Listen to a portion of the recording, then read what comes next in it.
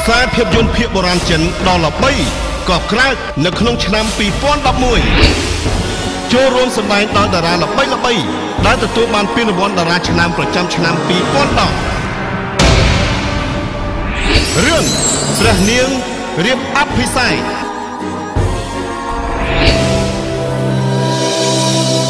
ជួបគ្នាតែមិនស្គាល់គ្នា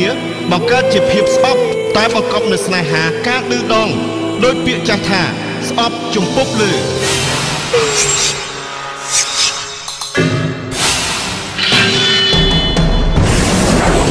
គ្រប់ឈុតគ្រប់ឆាកសុទ្ធតែល្អឥតខ្ចោះជាមួយនឹងភាពក្រមិចក្រមើមនៃការសម្ដែងដែលធ្វើឲ្យទស្សនិកជនផ្ទុះសំណើចដោយមិនដឹងខ្លួន